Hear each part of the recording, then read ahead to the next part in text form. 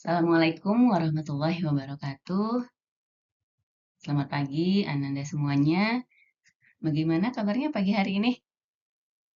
Baik ya. Oke.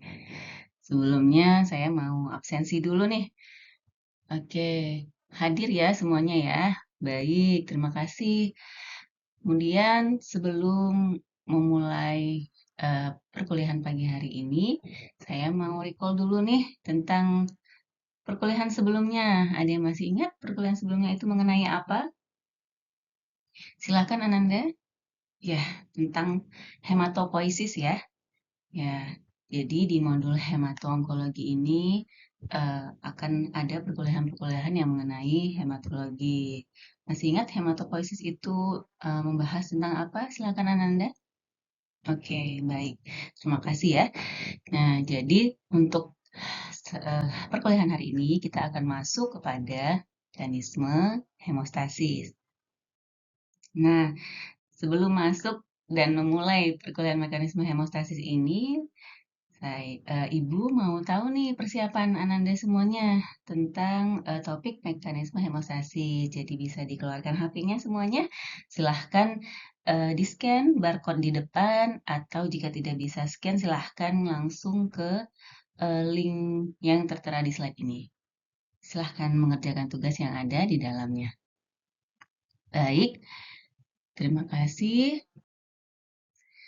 Adapun tujuan pembelajaran pada perkuliahan topik mekanisme hemostasis ini adalah mahasiswa mampu menjelaskan mekanisme dasar hemostasis, mampu menjelaskan peran vaskular trombosit dalam sistem hemostasis, dan mengetahui sistem koagulasi yang berperan dalam proses hemostasis.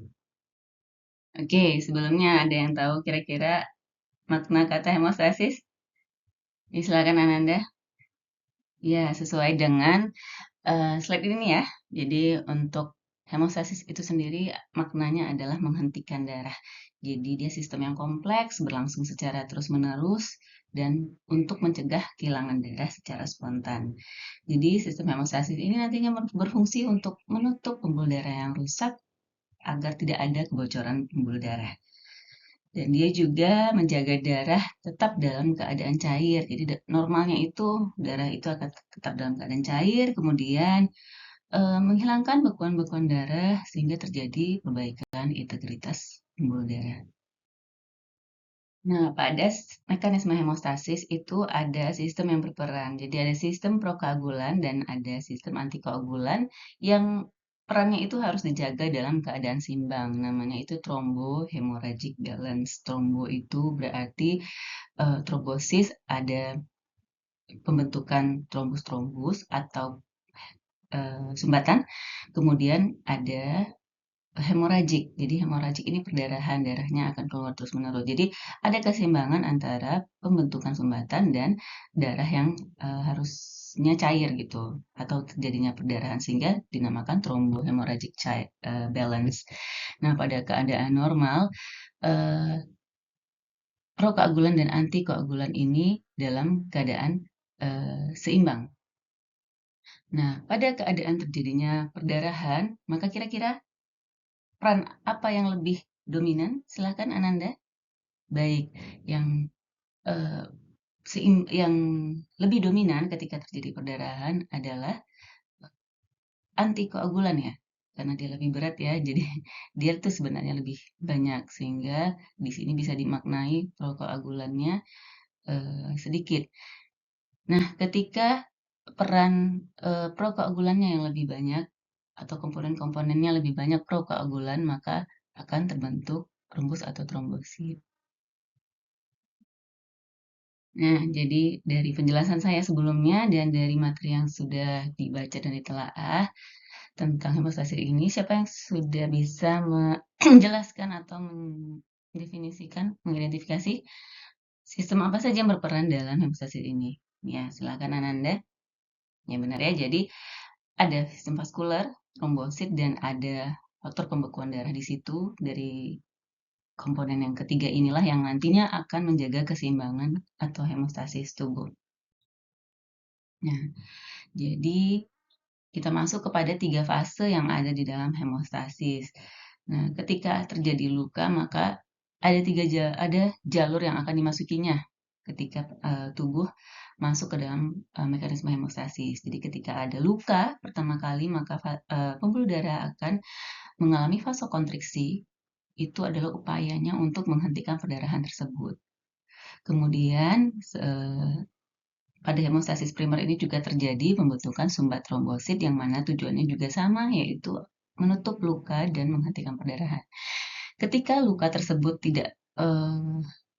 belum berhenti ketika ada vasokonstriksi pembentukan sumbatan trombosit darah, pembentukan sumbatan trombosit, maaf, dia akan lanjut kepada hemostasis sekunder, yaitu aktivasi koagulasi cascade atau kaskade koagulasi, kemudian pembentukan fibrin, deposit dan stabilisasi fibrin.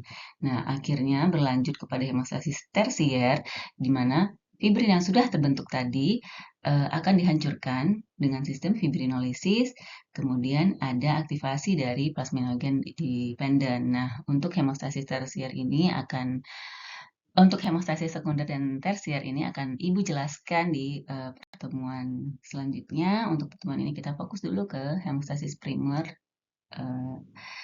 dan akan menyinggung sedikit tentang hemostasis sekunder. Nah, jadi ini untuk komponen-komponen pada hemostasis di hemostasis primer dan sekunder. Seperti yang saya sampaikan tadi, untuk tersier nanti akan dibahas di pertemuan selanjutnya, dan juga saya mengulang sedikit tentang hemostasis sekunder karena pada pertemuan ini belum terlalu kita bahas terlalu dalam ya untuk hemostasis sekunder, tapi sudah menyinggung. Nah, di sini ada vascular injury atau luka pada pembuluh darah, maka pertama kali terjadi adalah pembuluh darah akan mengalami vasokonstriksi, kemudian kolagen yang terpapar itu tadi akan men-trigger trombosit. Ini juga akan melibatkan VWF atau von Willebrand factor dan fibrinogen. Di situ nanti kita silahkan adik-adik baca lagi lebih detail faktor apa saja yang terlibat di sana, untuk komponen-komponen apa saja yang terlibat di sana di aktivasi trombosit ini, sehingga dia akan mengalami adesi, agregasi, dan terbentuk akhirnya trombosit plaque atau platelet plaque. Nah, di sini nantinya dia akan mengaktifkan jalur kaskade koagulasi. Silahkan dibaca kembali nanti atau dipelajari kembali. Di situ ada faktor ekstrinsik dan faktor intrinsik. Kemudian dia akan masuk ke jalur bersama, membentuk trombin, fibrinogen, dan fibrin, membentuk blood clot. Nah, nantinya ini sebagai hemostasis sekunder, kemudian ada mekanisme kontrol di situ sebagai eh, bagian dari hemostasis tersier. Dia akan mengalami sistem fibrinolitik menghancurkan fibrin tadi. Nah, demikian untuk perkuliahan kita pada pagi hari ini. Silahkan adik-adik membaca kembali, mendalami kembali, dan dapat melihat di daftar pusaka ini untuk sebagai acuan ya. Baik, masih semangat semua ya, Nanda semua ya. Nah, kita sampai kepada post-test. Jadi jika ada pretest maka ada postnya berarti ya. Nah, silakan adik ananda-ananda semua mengeluarkan handphonenya sekali lagi untuk men-scan barcode yang ada di slide ini. Jika tidak bisa silakan mengakses link yang ada di slide. Baik, setelah mengerjakan post-test, maka berakhirlah perkuliahan kita pada hari ini. Terima kasih kepada seluruh ananda yang telah hadir. Saya tutup perkuliahannya, semoga bermanfaat. Jumpa lagi di pertemuan selanjutnya. Assalamualaikum warahmatullahi wabarakatuh.